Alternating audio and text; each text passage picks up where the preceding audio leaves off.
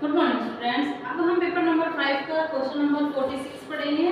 जो अधिगम है उसकी क्रिया के क्रिया का विश्लेषण है वो हम करेंगे। तो अधिगम क्रिया का विश्लेषण है वो क्या है?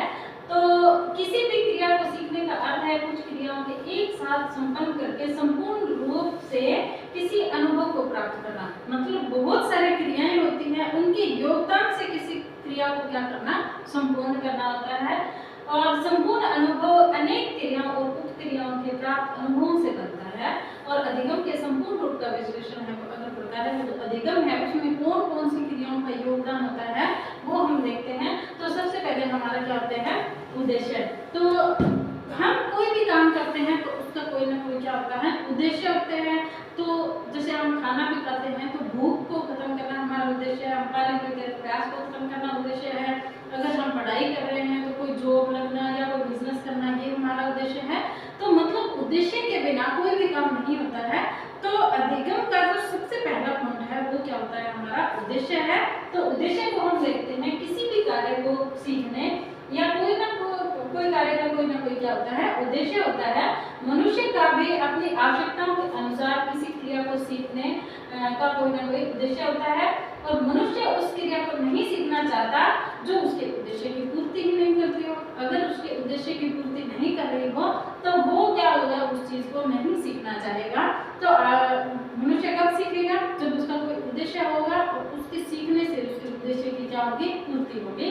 तो वो सीखने में क्या होगा, इंटरेस्टेड होगा। उसके बाद हम 2 नंबर टॉपिक पढ़ते हैं, अभिप्रेरणा, मोटिवेशन।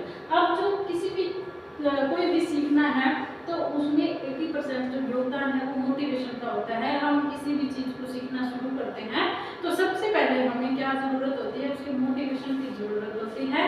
तो ये पढ़ाई, ये हमारे एजुकेशन है उसमें सबसे ज्यादा रोल इम्पोर्टेंट है किसका, अभिप्रेरणा का।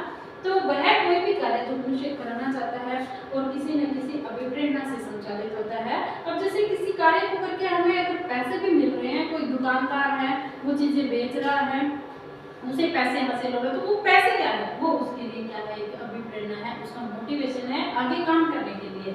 अगर उसको पैसे नहीं मिलेंगे तो वो काम ही नहीं करेगा। मतलब उसका क्या होगा, उसके उद्देश्य की पूर्ति नहीं हो रही। उसका उद्देश्य क्या है, पैसा कमाना। अगर उसे पैसा नहीं मिल रहा है, उसका उद्देश्य पूरा नहीं हो रहा है तो वो आगे कार्य नहीं करेगा। तो जरूरी है अभिप्रेरणा में उद्देश्य का होना। और अभिप्रेरणा से संचालित होता है छात्र इसीलिए पढ़ते हैं कि वो परीक्षा में पास होकर कोई अच्छी नौकरी या व्यवसाय करें।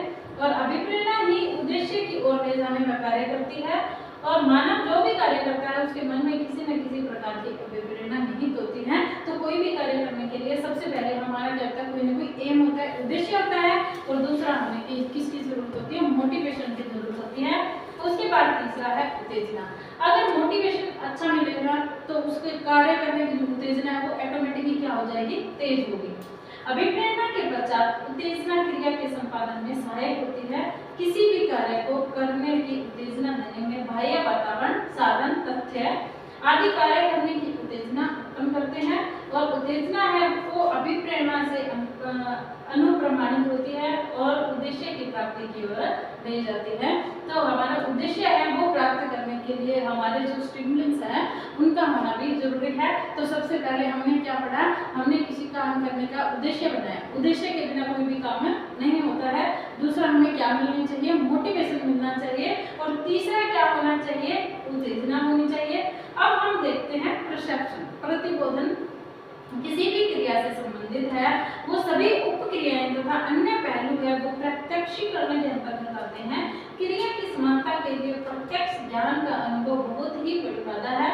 और अवबोध है वो ज्ञान है आदि के द्वारा क्रिया को आगे बढ़ाती है। अब जैसे हमने पहले से किसी चीज को सीख लिया है और उसी से रिलेटेड हम दूसरी चीज सीख रहे हैं तो वो पहले वाला ज्ञान है वो हमारे काम आएगा। अब जैसे हम सबसे पहले जैसे बच्चा है वो A for apple, B for ball सीखता है तो उससे पहले हम उसको क्या सिखाते हैं, उससे पहले हम उसको अल्फाबेट सिखाते हैं। तो वो अल्फाबेट है वो मीनिंग्स को बनाने में उसे क्या कर रहा है, वो हेल्प कर रहा है।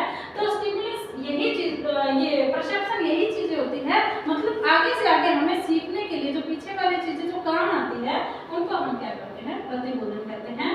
उसके बाद हम क्या करते हैं, पुनर्बोधन, रीइंफोर्समेंट है वो हमें किसी भी चीज को मिलना जरूरी है। पुनर्बोधन के अंतर्गत वे सभी क्रियाएं या तथ्य आते हैं जिनसे विवश होकर छात्र को क्रियाएं करनी पड़ती है।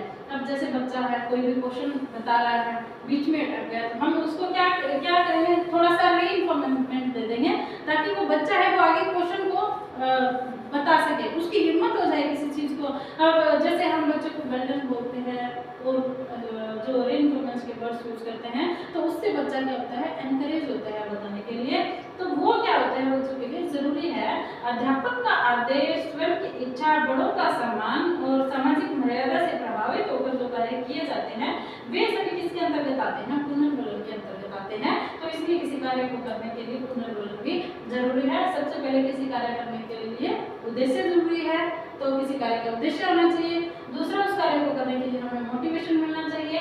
तीसरा, उसमें स्टिमुलेंस होने चाहिए। चौथा, प्रशिक्षण होना चाहिए, आगे से आगे मतलब हम एक ज्ञान को दूसरे ज्ञान से जोड़ सकें। और उसके बाद हमें क्या मिलना चाहिए, रीइंफोर्समेंट मिलना चाहिए ताकि हम कार्य को आगे जारी रख सकें। उसके बाद होता है संगठन।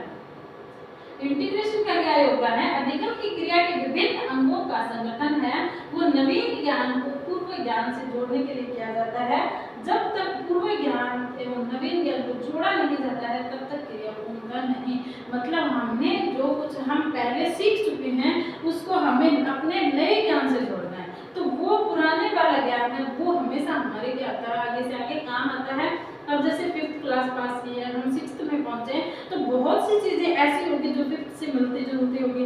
उसके बाद हम 7th में पहुंचे तो बहुत सी चीजें ऐसी होंगी जो 5th और 6th से मिलती जुलती होंगी। तो ये चीजें क्या होती है, हमारे आगे से आगे हमें इंटीग्रेशन मिलता है। तो हमें सीखने के लिए उद्देश्य, अभिप्रेरणा, उत्तेजना, प्रतिबोधन, पुनर्वलन, संगठन, ये सारी चीजें अगर नहीं होंगी तो हमारा सीखना क्या हो जाएगा, निरर्थक हो जाएगा। तो इन चीजों के सीखने से जो हमारा जो सीखने की जो गति है उसको क्या मिलेगी, वृद्धि मिलेगी। तो इसी के साथ ये हमारा क्वेश्चन नंबर है वो 46 समाप्त होता है। Thank you.